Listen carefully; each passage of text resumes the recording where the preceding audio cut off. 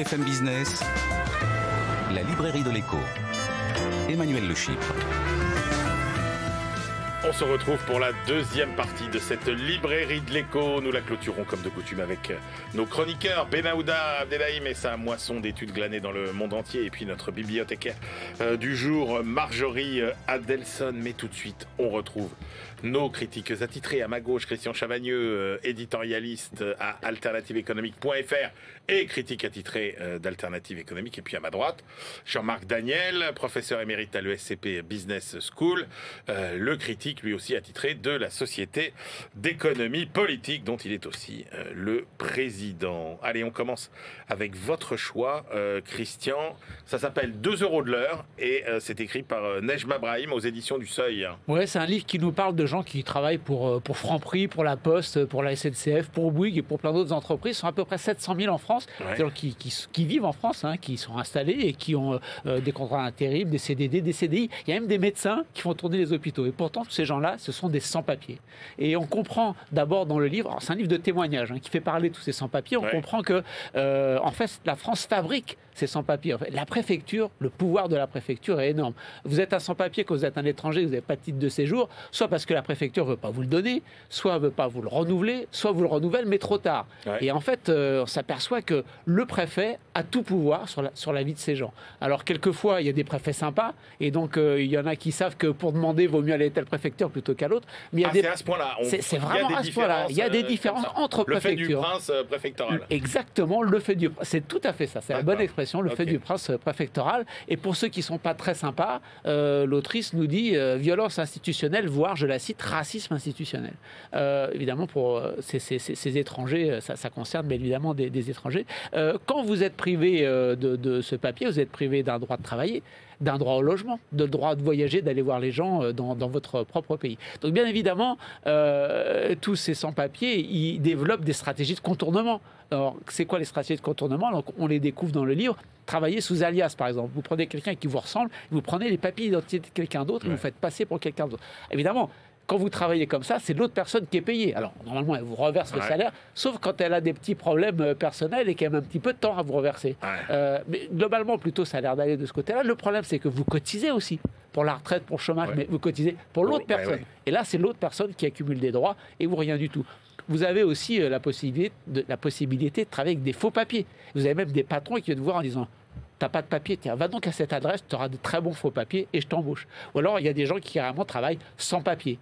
Bon, ils arrivent à travailler, mais le jour où ils disent « Dis donc, tu m'avais dit 40 heures et ça fait 48, ou alors tu m'avais dit 500 € et c'est 400 », on va dire « Ah, tu commences à vouloir te manifester, tu vas à la porte parce qu'en fait, tu es un sans-papier, j'ai pas le droit. » Donc voilà, c'est toutes ces stratégies qui sont quand même un petit peu délicates pour faire quoi? Alors, j'ai dit, il y a des médecins, et c'est vrai, mais c'est aussi, l'autrice nous dit, pour essentiellement les métiers 3D, c'est-à-dire difficiles, dangereux et dégueulasses. C'est comme ça qu'elle les décrit. Ces sans-papiers, ils sont surtout là.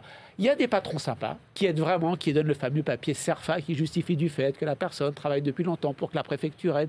Il y a l'entraide, la solidarité, il y a des associations comme les Gilets Noirs. Bon. Mais derrière tout ça, il y a aussi des lois immigration, sur des lois immigration, sur des lois immigration qui mettent de plus en plus de bâtons dans les roues pour obtenir les papiers. Et je pense que ceux qui développent ces lois immigration pensent que ça va les faire partir, mais non, comme le dit bien l'autrice, ces gens, ils habitent là, ils travaillent ici et ils restent ici. Jean-Marc Daniel, qu'avez-vous pensé de ce livre? Alors, pour moi, il y a 3 niveaux de lecture de ce livre. D'abord, effectivement, c'est des témoignages, c'est une dizaine de personnes, et qui sont en général assez émouvants. D'ailleurs, même il y a un Togolais qui s'appelle Yao, que j'ai trouvé particulièrement intéressant, où ils racontent véritablement leur destin, sans qu'on sache vraiment pourquoi ils sont partis. En fait, le livre est quand même... ils sont là. Ils sont là, voilà. Ils sont là, et les livres avec un certain angle d'attaque une certaine angle d'attaque de la présentation. Donc, il y a ce premier élément qui est l'élément de présentation et de témoignages et de gens qui, encore une fois, je maintiens, sont en général assez émouvants, qui s'expriment assez clairement en tant qu'elle les fait parler, et donc c'est assez construit. Je pense qu'elle les a aidés certains dans la façon de construire leur présentation. La deuxième grille de lecture, c'est cette espèce de gigantesque système qui est un système absolument aberrant, où y compris des administrations. Il a parlé de médecins. Enfin, c'est des gens qui sont en situation irrégulière. Il y a c'est quand même illégal. Normalement, c'est du recel de choses qui sont illégales. Et donc, il y a des administrations, des endroits officiels qui reconnaissent ça, qui savent ça, des autorités assises qui disent bon, on va voir ce qu'on peut faire. Enfin, c'est comme si quelqu'un arrivait en disant j'ai fait un hold-up et vous lui dites bon, ben, je vais réfléchir, on va voir ce qu'on peut faire. Ils sont quand même en situation illégale.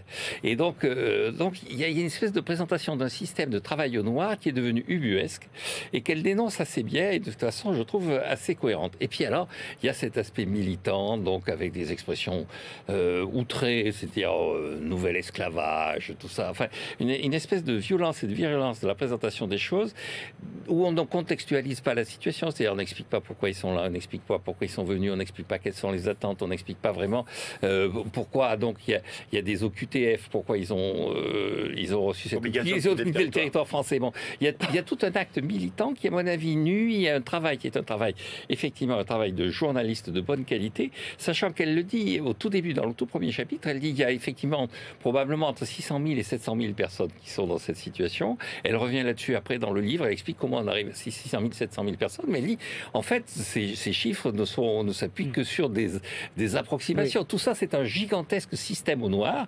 Et moi, ce que j'en ai retiré comme impression, c'est d'abord la qualité de son travail journalistique, même si je trouve qu'il est quand même assez orienté vers un point de vue, mais enfin, les journalistes à Mediapart, donc on sait sur qui on tombe.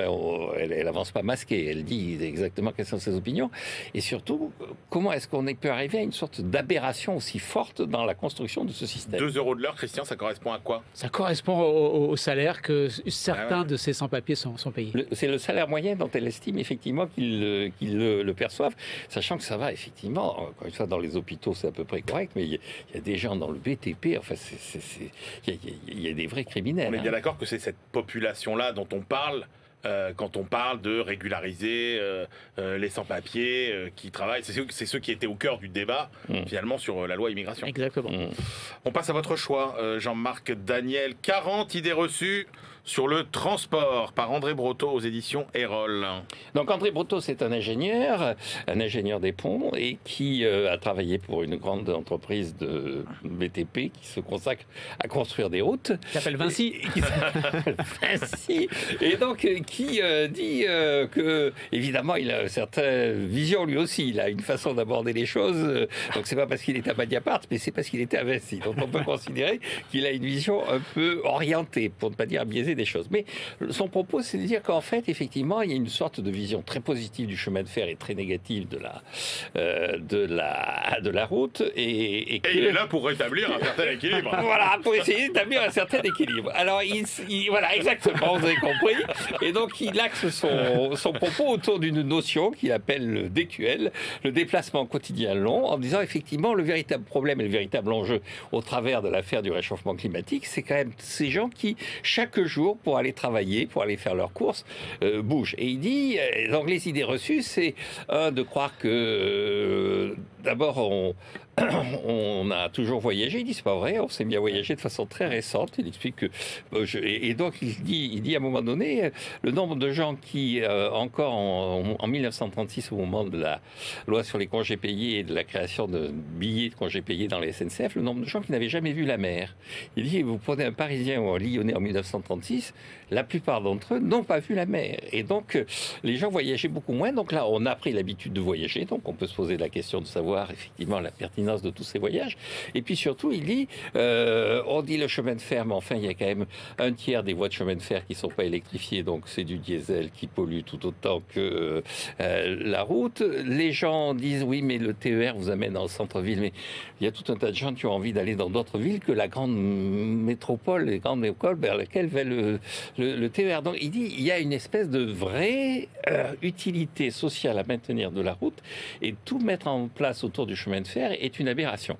Alors, quelquefois, dans ces idées reçues, il faut dire qu'on a du mal à comprendre quel est son argument. À un moment donné, il dit c'est une idée reçue de considérer que les voitures, maintenant, consomment moins d'essence que dans les années 70, de façon en quelque sorte à équilibrer son propos en disant voilà, je reconnais quand même que dans les idées reçues, il y a des idées reçues qui ne sont pas aussi positives pour la voiture. C'est pas vrai que les voitures, parce que dit-il, on les utilise plus souvent et surtout elles sont plus lourdes et donc c'est pas aussi net que ce que vous croyez. Mais d'une façon assez générale, il y a 2 ou 3 idées reçues qui sont un peu bizarrement traitées, mais d'une façon générale, c'est quand même une façon de rééquilibrer, de remettre, j'allais dire, le village, la voiture au centre du village. Au milieu du village. Voilà.